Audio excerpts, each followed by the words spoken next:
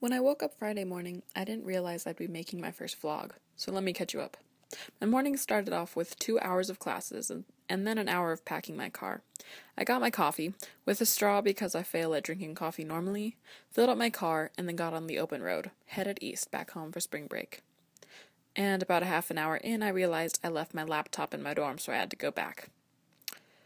But finally, I was here, somewhere between Lubbock and Abilene.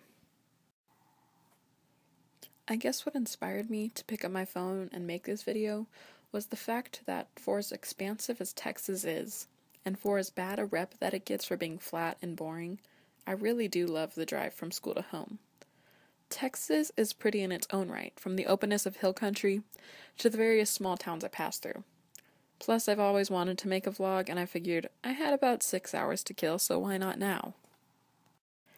But for as pretty as Texas is, honestly, there's not much in the 6 hours of driving that I do.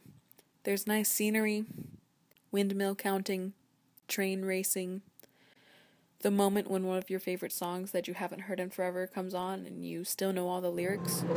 Norma Jean ain't got the song we sing in the car, driving around town, top down, making the rounds, checking out the bands on the avenue.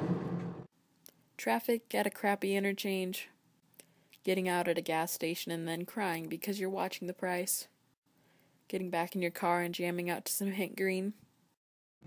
How can anyone be so deranged and not believe in climate change when it's 102 in Montana in the dark? And have I mentioned my fondness for West Texas road names like White Flat Road and a personal favorite, Noodle Dome Road?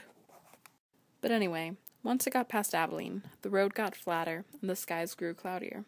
The perfect driving atmosphere for thinking when combined with another 4 hours to go until you're home.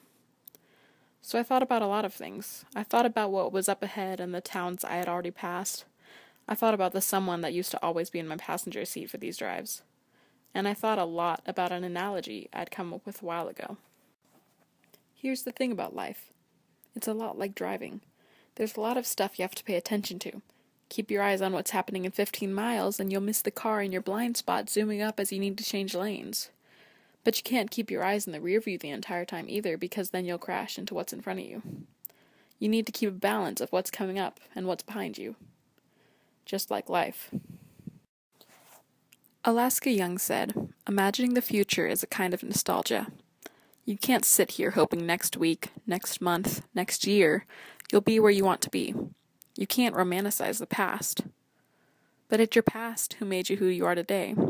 And you have to keep that in mind when you act for the sake of your future. Likewise, your future actions can help make up for past grievances. It's just as unsafe to keep your mind solely focused on the future or the past as it is to keep your eyes staring out the windshield or stuck in the rear view." Fast forward past the overcomplicating of tomorrow and yesterday, and I find familiar sights, familiar sounds, and familiar roads I've driven on 1,000 times before.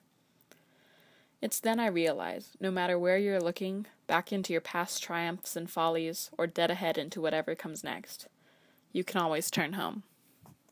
Thanks, Internet. See you when I see you.